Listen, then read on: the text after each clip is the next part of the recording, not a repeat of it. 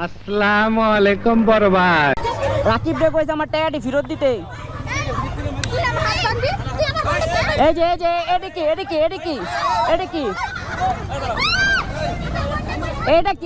কি ছিল? এই এটা কি ছিল? এই এটা কি করলো ভাইয়া? এটা কি করলো ভাই? কথায় আছে মামা ভাগ্নে যেখানে বিপদ নাই সেখানে, কিন্তু এইটা হচ্ছে উল্টা। মামা ভাগ্নে যেখানে বিপদ আছে সেখানে। এটা তো প্রকাশ্যে পুলিশের সামনে মারামারি করতেছে, কি জনগণ দেখতেছে না? আমি বুঝি না ভাই, এদের কি ফ্যামিলি মেম্বার বলতে কেউ নাই? যে পারিবারিক একটা ঝামেলা, এটা নিজেরা বৈশা মিট মাংসা করে দেবে। কিন্তু বস্তির পোলাদের মতন এদেরও বিহেভিয়ার সেরকম হয়ে গেছে। হাজারো হয়তো বা ইউটিউব চ্যানেল আছে, 10 মিলিয়ন সাবস্ক্রাইবার আছে। তো আমার মতে এদেরকে আসলে আইনের আওতায় আনা উচিত। এই যে এটা কি করলো? আল্লাহ,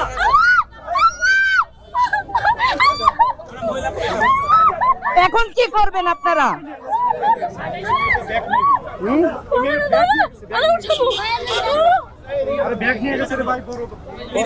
আমি বুঝি না যে এরা পারিবারিক ভাবে এটা নিয়ে বসে না, যে এত ঝামেলা হচ্ছে তাইলে মানুষজন জানতেছে, মানুষজন সিসি করতেছে, তো আমাদের ঝামেলা আমাদের মিটানোই তো উচিত। আর এরা তো আপন মামা ভাগ্নে। This is business. This is my sweat. I know, but I did business. Shut up.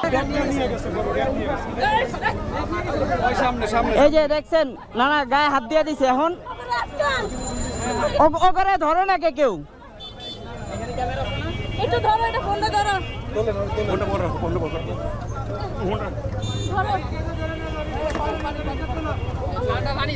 তোমার হেলমেটটা খোলো না।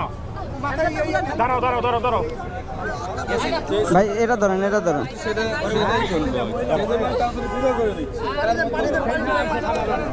একটা সেঞ্জি নেন। না ব্যাগে একটা সেঞ্জি নেন। আর এই গ্যাঞ্জামের মূল সূত্রপাত হয় রাকিবের শালীর নিয়ে, অন্তরার বোন যে।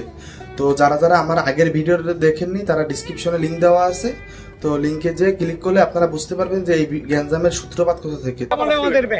এত কথা কষ্ট করে একটা সেঞ্জি এমন করতেছে, দেখেন কি করব আমরা বলেন। পুলিশ হতে আচ্ছা একটা সেঞ্জি নেন, সমস্যা নেই। একটা সেঞ্জি নেন। না এই জায়গায় থাকবোই না, একটা সেঞ্জি নেন।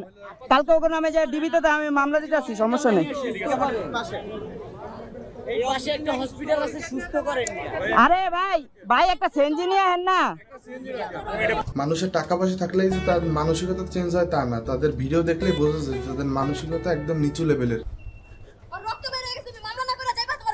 না আমি তো মামলা না করে যাবো না। ওরে দেন আমার আছে। কোলে নাও রে। আল্লাহ দাঁড়াও, এক সেকেন্ড ধরে রাখো। কোলে নাও।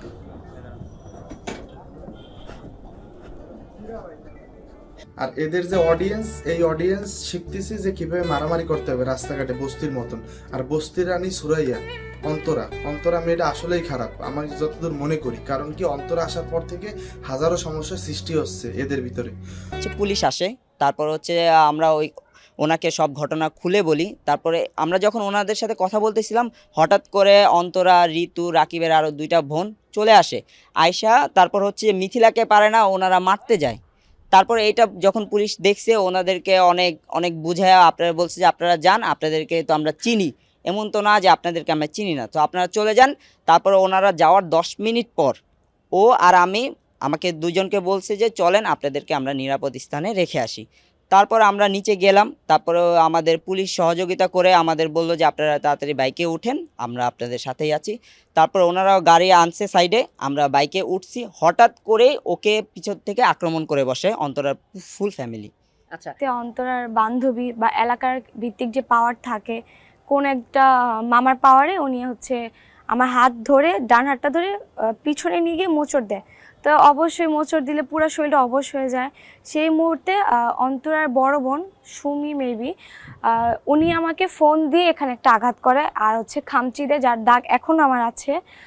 আর হচ্ছে ইতি, সানজিদা, পিছন দিক দিয়ে ঋতু আর অন্তর আমাকে লাথি মারে, যেটার ভিডিওর প্রুফ আছে আমাদের কাছে।